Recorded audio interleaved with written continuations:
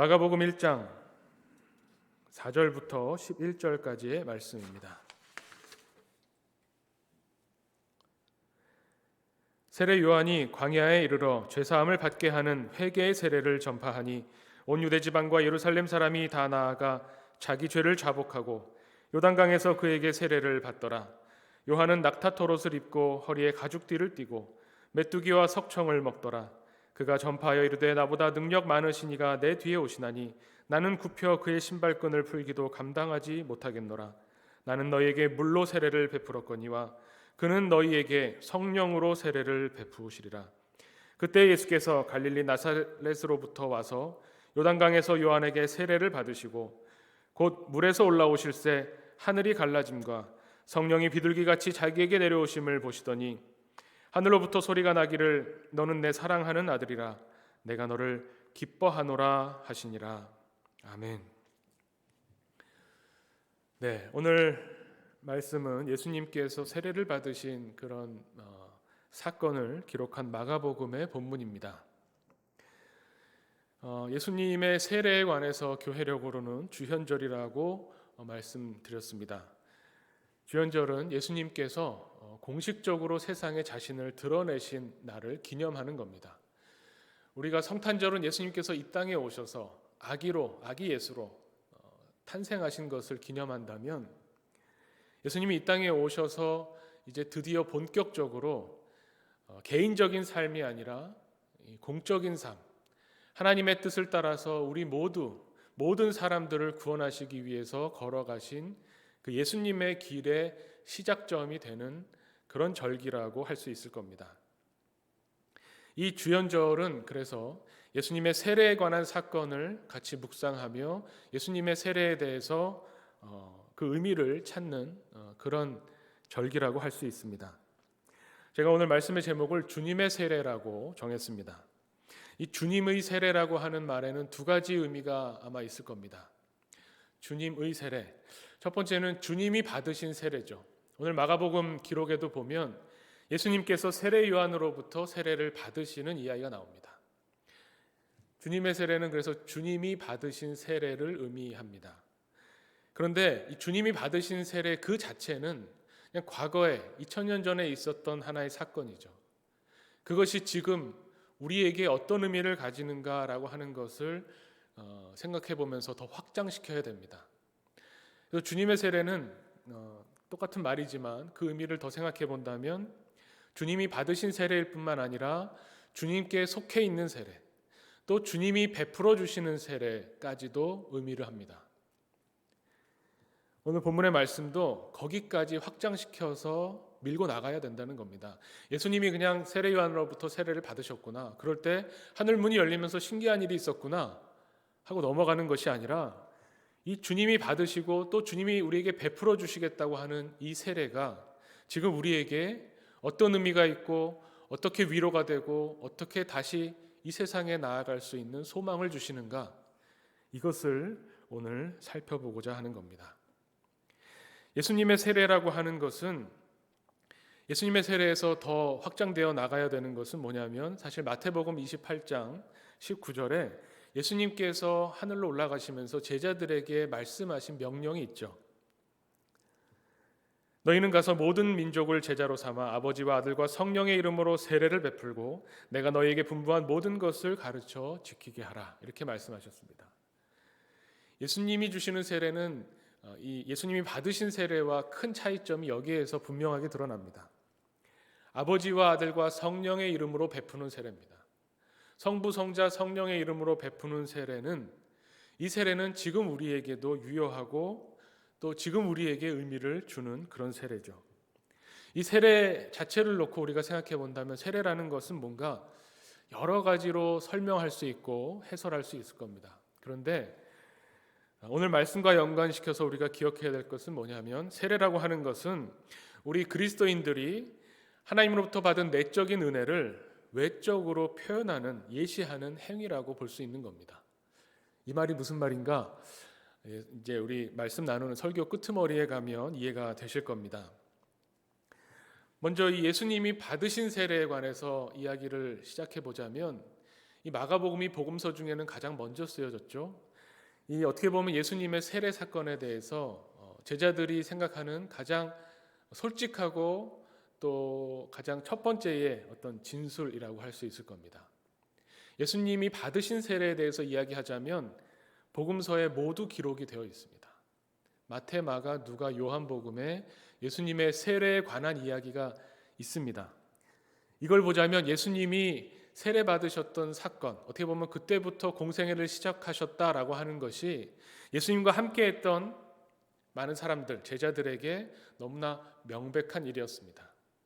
이때부터 예수님이 공적인 생애를 시작하셨기 때문에 이 시작을 기점으로 예수님의 사역이 펼쳐지는 거죠. 그러니까 이것을 빼놓을 수가 없습니다. 그런데 복음서 기자들의 고민이 느껴집니다.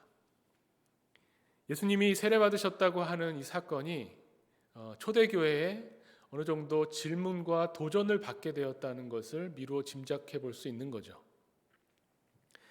왜냐하면 예수님이 세례 요한으로부터 세례를 받으셨기 때문에 세례 요한에게 받은 그 세례가 과연 예수님에게 어떤 것인가? 또 예수님은 우리의 구세주시고 하나님의 아들이시라고 하면서 죄가 없으신 분인데 오늘 본문에도 나오지만 세례 요한이 베풀었던 세례는 어떤 세례냐면 죄사함을 받게 하는 죄송합니다. 1장 4절 말씀해 보면 죄사함을 받게 하는 회개의 세례를 세례 요한이 전파했다고 나옵니다. 그렇다면 예수님은 죄가 없으신 분인데 하나님의 아들이신데 죄사함을 받게 하는 이 회개의 세례를 도대체 왜 받으신 건가? 여기에 첫 번째 질문이 있고요. 그리고 사람이라면 누구나 보편적으로 생각하지만 누군가에 가서 세례를 받는다면 세례를 주는 자가 왠지 더 커 보이고 세례를 받는 사람이 세례를 베푸는 사람보다 못해 보이는 이런 관점에서 예수님보다 그럼 세례 요한이 더 뛰어난 사람인가? 이런 생각을 하게 된다는 겁니다. 그래서 마가복음에 기록된 이 오늘 본문에 있는 예수님의 세례 사건이 점점 시간이 갈수록 마태복음에서는 어느 정도 그 사건이 기록되는데 마태는 어떻게 기록했냐면 이 네 복음서에 나온 예수님의 세례 사건을 비교해 보는 것도 참 재밌습니다. 마태는 이제 세례 요한에게 예수님이 세례를 받으러 가셨을 때에 세례 요한이 아니 내가 당신한테 받아야 될 텐데 당신이 어떻게 나에게 오십니까? 이렇게 말하는 거죠. 그랬더니 예수님께서 내게 세례 베푸는 것을 허락하라 이렇게 말씀하셨다는 겁니다. 이것이 하나님의 의를 이루기 위한 것이다 이렇게 풀이를 해주고 있습니다. 하도 사람들이 이 세례 사건에 대해서 오해를 하다 보니까 마태복음에는 이런 식으로 예수님이 세례 요한으로부터 세례 받은 것은 하나님의 의를 이루시기 위해서 하나님이 베푸시는 뜻을 이루기 위해서다라고 이야기합니다. 누가복음으로 가면요. 누가복음에는 더 애매하게 기록합니다.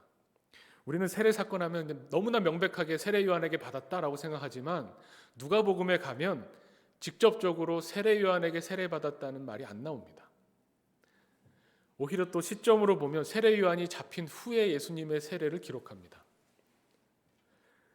그래서 예수님이 세례 받으신 것은 확실하지만 누구로부터 받았느냐가 그렇게 중요하지 않다는 것을 이야기해 주고 싶어 합니다. 요한복음으로 가면 더 심해집니다. 요한복음은 가장 마지막에 쓰여진 복음서죠. 요한복음에서는 세례 요한이 예수님이 이렇게 나오시는 것을 보고 세례 요한이 그 예수님을 보면서 증언합니다. 나는 저 사람이 누군지 모르지만 저 사람이야말로 하나님의 어린 양이다. 성령이 저 사람 위에 머무는 것을 내가 보고 있다. 그러면서 세례에 대한 이야기는 그냥 말하지 않는 거죠. 이렇게 보면 아니 도대체 왜 세례 요한으로부터 세례받은 것이 그렇게 초대교회에 문제가 됐는가? 문제가 되고도 남습니다. 제가 아까 말씀드린 것처럼 교회에서만의 일이 아니라 우리 사람이라면 보편적으로 가지고 있는 것이 어떤 사람을 볼 때 큰 사람, 작은 사람 이렇게 나누고 우열을 가리는 것을 좋아합니다. 기독교인이 된다고 달라질 일이 없죠. 그래서 오죽하면 초대교회의 일을 들여다볼 수 있는 부분이 고린도전서 1장 14절에 나옵니다. 사도 바울이 고린도 교회를 향해서 편지를 쓰는데 고린도 교회에 문제가 하나 있었던 겁니다. 그 문제 하나를 지적하는 게 1장 14절에 이렇게 나옵니다. 나는 그리스보와 가이오 외에는 너희 중에 아무에게도 내가 세례를 베풀지 아니한 것을 감사하노니 이는 아무도 나의 이름으로 세례받았다 말하지 못하게 하려 함이라. 네, 이 본문 띄워주실 수 있죠? 네, 본문이 나와 있을 겁니다. 이 말은 뭐냐면 고린도 교회에 문제가 있는데 문제가 뭐냐면 교인들이 서로 이야기를 하는데 당신은 누구에게 세례받았어? 이거를 서로 이야기했다는 겁니다. 나는 사도 베드로로부터 세례를 받아서 베드로 사도의 세례를 받은 교인입니다. 이렇게 서로 이야기를 했을 법한 거죠. 사도 바울도 워낙 많은 교회를 세우고 이방인들의 사도로서 유명한 사람이었으니까 나는 바울로부터 세례받았습니다 라고 하는 사람들이 또 계파를 이룰 수 있는 가능성이 있었던 거죠. 거기에 대해서 사도 바울이 나는 한 사람, 그리스보와 두 사람이죠. 그리스보와 가이오 외에는 세례 베푸지 않은 게 오히려 이제 보니까 감사하다. 너희들이 하도 누구에게 세례받았나 누구에게 세례받았나를 따지고 드는 것을 보니까 내가 그 두 사람 말고는 세례를 아무에게도 주지 않은 게 오히려 잘된 일이다. 이렇게 이야기했다는 겁니다. 고린도 교회 교인들뿐만 아니라 그 이후에 많은 사람들이 오해하는 겁니다. 세례를 베푸는 자가 큰 사람이고 세례를 받는 사람은 작은 사람이고 또 세례를 베푸는 사람이 얼마나 큰 사람이냐에 따라서 이 세례의 권위가 크냐 작냐가 나온다고 하는 것. 우리도 비슷하죠. 큰 교회 목사님으로부터 안수받으면 왠지 뭔가 더 일이 잘 풀릴 것 같고 큰 교회 목사님 혹은 능력 있는 목사님으로부터 안수받으면 병이 막 나을 것 같고 그런 어떤 큰 인물로부터 뭔가를 받으면 세례를 받거나 기도를 받거나 안수를 받으면 뭔가 더 권위 있고 강력한 하나님의 은혜가 임할 것 같은 생각을 하는 게 사실은 보편적입니다. 초대교회 때도 이 문제가 있었다는 겁니다. 초대교회 교인들만 그랬겠습니까? 예수님과 함께했던 제자들도 그랬습니다. 마가복음 10장에 보면 우리가 너무나 잘 아는 이야기가 나오죠. 마가복음 10장 35절에 세베대의 아들 야고보와 요한이 주께 나와서 선생님 무엇이든지 우리가 구하는 바를 우리에게 주시기를 원합니다. 그랬더니 예수님이 이제 말씀하십니다. 너에게 무엇을 하여 주기를 원하느냐? 그랬더니 제자들이 이것을 원하죠. 주의 영광 중에 우리를 하나는 주의 우편에 하나는 좌편에 앉게 하여 주옵소서. 여기에 대해서 예수님이 뭐라고 말씀하시냐면 38절에 이렇게 나옵니다. 너희는 너희가 구하는 것을 알지 못하는도다. 내가 마시는 잔을 너희가 마실 수 있으며 내가 받는 세례를 너희가 받을 수 있느냐. 굉장히 의미심장합니다. 내가 마시는 잔을 너희가 마실 수 있느냐. 우리가 여기까지는 분명히 이해하죠. 예수님이 마셔야 되는 잔은 무엇입니까? 예수님이 나중에 겟세마네 기도에서도 기도하시지만 하나님께 이 잔을 내게서 피할 수만 있다면 피해 주십시오라고 하는 그 잔은 뭐냐면 십자가입니다. 십자가에서 죽는 것이죠. 그런데 예수님은 이 잔과 똑같은 표현으로 세례라고 말씀하십니다. 복음서에 기록되어 있는 이 세례 사건은 예수님의 십자가 죽음과 밀접하게 연관이 있는 겁니다. 예수님은 세례를 십자가의 죽음과 연관시켜서 이야기를 하시는 겁니다. 그런데 제자들은 그것도 모르고 우리도 예수님이 받으신 그 잔 마실 수 있고 우리도 예수님이 받는 그 세례 받을 수 있습니다 라고 당당하게 이야기하죠. 세례가 뭔지 몰라서 그러는 겁니다. 고린도 교회의 교인들도 마찬가지고 세례가 외적인 표현입니다. 하나님으로부터 받은 내적인 은혜, 하나님 우리를 사랑하신다고 하는 것, 하나님 우리를 구원해 주신다고 하는 그 은혜를 외적으로 드러나게 눈에 보이는 것으로 표현하는 것인데 중요한 것은 뭡니까? 보이지 않는 하나님의 세계, 보이지 않는 하나님의 은혜를 눈에 보이는 것으로 표현하고 바꿔서 드러내게 하는 것인데 그렇다면 눈에 보이는 것을 보고 그 보이지 않는 세계에 관심을 둬야죠. 그것이 세례의 참 의미일 겁니다. 그런데 눈에 보이는 세례에만 집착하는 겁니다. 누구에게 세례 받았나? 그 세례가 어떤 형식이었나? 세례도 교회 역사에서 보면 몸이 완전히 물에 잠겼다가 일어나는 세례가 있지만 그 이후에 지금 이제 중세부터 바뀌기 시작한 서방교회에서부터는 물을 머리에 붓는 그런 형식으로 바뀌었습니다.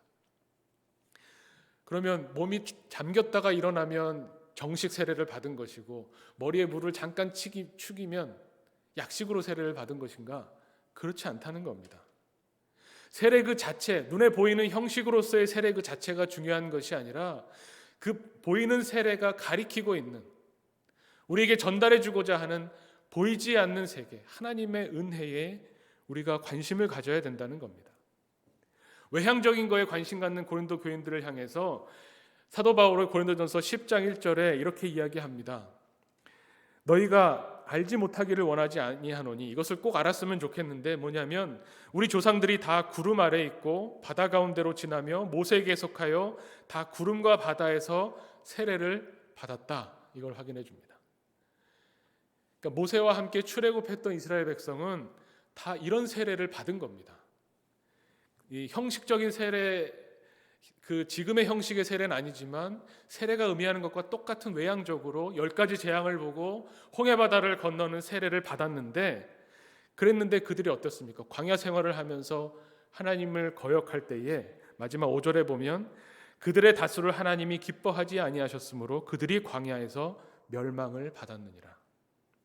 세례받았다고 해서 또 베드로 사도에게 세례받고 요한 사도에게 세례받았다고 해서 이 세례가 권위 있고 강력해서 내가 무슨 짓을 해도 하나님의 은혜에서 벗어나지 않을 것이다, 그렇게 생각한다면 착각이라는 겁니다.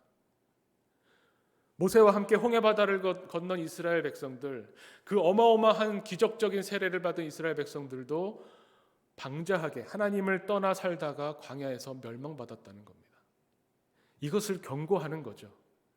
세례라고 하는 것은 겉으로 보이는 것에 관심 가지지 말고 세례가 정말 말해주는 것. 그래서 로마서 6장 3절에 바울은 이렇게 세례의 의미를 가르쳐 줍니다. 무릇 그리스도 예수와 합하여 세례를 받은 우리는 그의 죽으심과 합하여 세례를 받은 줄 알지 못하느냐. 그러므로 우리가 그의 죽으심과 합하여 세례를 받음으로 그와 함께 장사되었나니 하나님의 영광, 아버지의 영광으로 말미암아 그리스도를 죽은 자 가운데서 살리심과 같이 우리 또한 새 생명 가운데서 행하게 하려 함이라. 마지막 부분을 보면요, 우리가 그의 죽으심과 같은 모양으로 연합한 자가 되었으면 또한 그의 부활과 같은 모양으로 연합한 자도 되리라. 이 말씀이 뭡니까? 세례라고 하는 것이 정말 우리에게 전해주고자 하는 메시지가 있다는 겁니다. 세례라고 하는 것은 예수님의 십자가의 죽음과 부활을 가르쳐주는 겁니다. 예수님이 십자가에서 죽으신 것, 그런데 그것으로 끝나는 것이 아니라 하나님께서 다시 살리신 이 부활, 세례라고 하는 것은 옛 사람이 죽고 새 사람으로 다시 사는 것, 이것을 말해주는 것이고, 이것은 그냥 우리에게 형식적으로 베풀어 주시는 것이 아니라 기독교인이 되었다라고 하는 표시를 주는 종교적인 하나의 통과 의례가 아니라 예수님의 십자가의 죽음과 밀접하게 연관이 되어 있고, 우리가 세례받는 것을 통해서 우리도 예수님의 십자가의 죽음과 연합하게 된다라고 하는 하나님의 이 신비를 우리에게 가르쳐주고 있는 겁니다. 그게 세례입니다. 세례는 정말 대단한 의미를 가지고 있죠. 복음서에서 왜 그토록 세례 요한 가지고 하도 시비라고 말씀드리기 뭐하지만 하도 문제를 삼으니까 나중에 누가복음, 요한복음에는 세례 요한으로부터 받았다 직접적으로 말하지 않는 겁니다. 안 받으셨기 때문이 아니라 정말 중요한 것을 보라는 겁니다. 예수님이 세례 받으신 이 사건이 복음서에 기록되어 있다는 것은 뭐냐면 예수님의 제자 공동체의 고백이 여기 담겨 있다는 겁니다. 예수님이 세례 받으신 사건은 단순히 예수님 개인의 일이 아니라 예수님을 통해서 하나님이 펼쳐나가실 하나님의 뜻을 가르쳐 주시고 그것을 우리도 똑같이 고백한다는 것을 의미하는 거죠. 그래서 예수님의 세례 사건에서 우리가 정말 주목해 봐야 될 것은 예수님이 받으신 세례에서 이제 예수님께 속해 있고 예수님이 베푸시겠다고 하는 우리가 받게 되는 세례를 봐야 됩니다. 그 말씀이 오늘 본문 1장 10절에 나오죠. 물에서 올라오실새 하늘이 갈라짐과 성령이 비둘기같이 자기에게 내려오심을 보시더니 하늘로부터 소리가 나기를 너는 내 사랑하는 아들이라 내가 너를 기뻐하노라. 이 사건이 예수님의 개인적인 체험을 넘어서는 교회의 체험이고 고백이 되었다는 겁니다. 예수님의 세례가 똑같이 우리에게도 주님의 세례로 우리에게 다가올 때에 이 세례라고 하는 것은 하늘의 문이 열리고 성령이 우리에게 임하시는 하나님의 사건, 하나님이 주관이 되셔서, 하나님이 주체가 되셔서 우리에게 베풀어 주시는 사건으로 우리에게 다가온다는 겁니다. 그래서 예수님이 여기서 세례를 받으시는 겁니다. 죄 없으신 예수님이 왜 세례를 받아야 되느냐? 죄사함을 얻게 하는 회개의 세례를 왜 예수님이 받으시는 거냐? 이제 예수님은 공생애를 시작하시는 겁니다. 이제부터 예수님은 개인의 삶이 아니라 나는 죄가 없는데, 나는 하나님 앞에서 아무런 장애도 없고 하나님의 아들로서, 하나님이 이 땅에 오셔서 눈에 보이는 육신으로 오신 예수님이 개인으로는 그렇지만 이제 죄인인 우리들을 구원하시고자 그 첫걸음을 내디디시는데, 십자가의 죽음과 부활을 내가 이 길을 걸어가겠다라고 하는 그 첫 발자국이었다는 겁니다. 죄 없으신 예수님이 세례를 받으시는 것은 우리를 살리시겠다고 하는 하나님의 뜻에 순종의 길을 가는 첫걸음이었다는 겁니다. 이후에 예수님의 삶은, 이후에 예수님이 행하신 일들, 가르치신 일들, 제자들을 부르시고 많은 사람들의 병을 고쳐주시고 또 하나님 나라의 교훈을 가르쳐주시고 결국 십자가를 지신 그 모든 일들이 하나님의 뜻에 순종한 일이었다는 것을 보여줍니다. 여기서부터 시작되는 겁니다. 세례가 예수님의 십자가의 죽음을 확인하는, 내가 이제 이 길을 걸어서 그 끝에 십자가의 죽음으로 가겠습니다.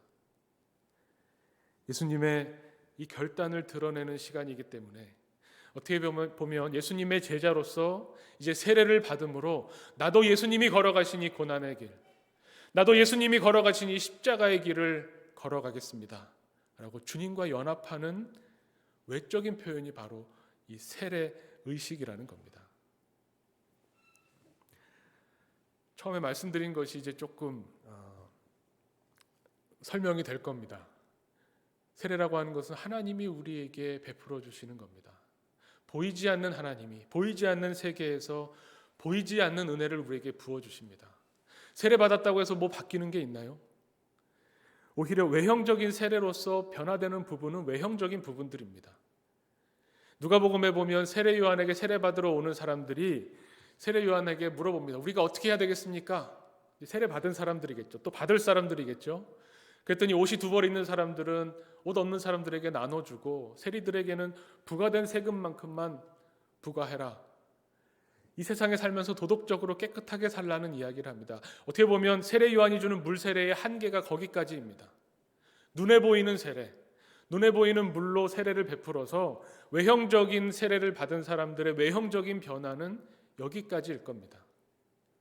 그런데 예수님이 주시는 세례는, 이제 예수님께 속해 있어서 우리에게로 베풀어지는 이 세례는 성령 세례입니다. 이거는 우리의 외형뿐만 아니라 우리 자체를 바꾸는, 우리 존재 자체를 변화시키는 힘을 가지고 있습니다. 우리의 본질은 죄인이죠. 우리의 본성을 따라서 우리의 본질은 죄인입니다. 하나님을 거역하고 가만히 내버려 두면 다른 사람을 괴롭히고 내 이익만을 위해서 다른 사람의 생명은 전혀 신경 쓰지 않는, 나만 살겠다고 하는 이 죄인들을 예수님이 부르셔서 하나님의 자녀로 삼아주시며 이 세례를 베푸시는데, 이 성령 세례가 우리에게 임하면 우리의 외형이 바뀌는 것뿐만이 아니라 우리의 내면이 바뀌는 겁니다. 우리 자체가 변화되는 겁니다. 죄인이 아닌 사람이 될 수 있습니까? 없습니다. 그래서 이 변화는 내가 하는 것이 아닙니다. 우리의 존재 자체가 변화된다면, 성령 세례를 통해서 옛사람은 죽고 새 사람을 입게 되는, 죄인으로서가 아니라 하나님의 자녀로서 이 땅을 살아가게 되는 변화를 겪는 것은 그 중심이, 또 그 주체가 하나님이시라는 겁니다. 이것이 세례에 담겨 있는 의미고 우리가 바라봐야 될 소망입니다. 이 형식적인 세례를 통해서, 또 말씀을 읽을 때마다 세례 사건을 우리가 묵상하면서 이 보이는 세례를 통해서 보이지 않는 하나님의 나라를 우리가 바라보고 소망합니다. 이것을 계속 되새기며 깨닫게 되는 겁니다.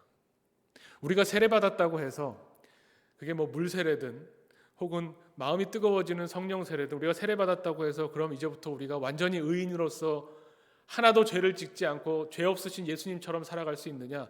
그렇지는 않습니다. 세례를 받았다고 해서 의인이 되는 것은 아니죠. 그래서 세례받았는데 내가 이전보다 더 많은 구제를 베풀고 더 많이 봉사하고 더 많은 사람을 사랑으로 대해야 되는데 그렇지 못하니 어떡하느냐? 우리가 회개하는 지점은 거기에 있는 게 아닙니다. 우리가 그것이 안 되는 것을 예수님도 알고 계십니다. 오히려 우리가 세례를 주목해 보면서 예수님의 세례 사건을 읽으면서 우리에게 베풀어 주시는 세례는 어떤 것인가? 이 세례 사건의 핵심은 예수님과 교회가 고백하는 이 성령 체험에 있습니다. 오늘 말씀으로 보자면 너는 내 사랑하는 자녀다. 내가 너를 기뻐하노라. 우리는 세례를 묵상할 때마다 예수 그리스도의 십자가의 죽으심과 부활하심을 되새기는데 우리가 아무리 죄를 져도 세례 받은 사람으로 세상을 살면서 죄를 안 지을 수는 없지만 우리가 죄를 지음에도 불구하고 예수 그리스도가 십자가의 죽으심으로 우리를 사랑하시며 우리를 기뻐하시는 하나님의 그 은혜, 보이지 않는 그 하나님의 은총을 우리가 계속적으로 체험하고 경험하는 겁니다. 보이지 않는 하나님으로부터 오는 이 사랑과 은총을 우리가 세례를 묵상할 때마다 예수님이 우리를 대표해서 이 세례를 받으시고 예수님에게 들려왔던 하늘의 그 음성이 오늘 이 시간 나에게도 들려오는 너는 내가 사랑하는 아들이다. 내가 사랑하는 딸이다. 내가 너를 기뻐하노라 말씀하시는 그 하나님의 음성이 우리에게도 체험될 때 우리가 이 세례 사건을 통해서 소망을 품게 되고 이 세례 사건을 통해서 위로받으며 하나님의 자녀로 이 땅을 살아갈 힘을 얻게 되는 겁니다. 복음서는 여기에 강조점을 둡니다. 주님이 베풀어 주시는 세례. 이제 앞으로 너희는 세상에 나가서 하나님과 그 아버지와 아들과 성령의 이름으로 세례를 베풀어서 하나님께서 얼마나 이 세상을 사랑하시고 우리를 구원하시기를 원하시는지 이 세례를 통해서 예수 그리스도의 십자가의 죽음과 연합하여 또한 새 생명을 얻게 되는 부활과도 연합시키고자 하는 그 하나님의 베풀어 주시는 은혜를 경험하라고 우리에게 말씀하고 있습니다. 우리 주연절을 통해서 예수님의 생애를 하나하나 이제부터 또 따라갑니다. 예수님이 세례를 시작으로 우리를 살리시기 위한 하나님의 뜻에 순종하시는 그 발자취를 밟아가십니다.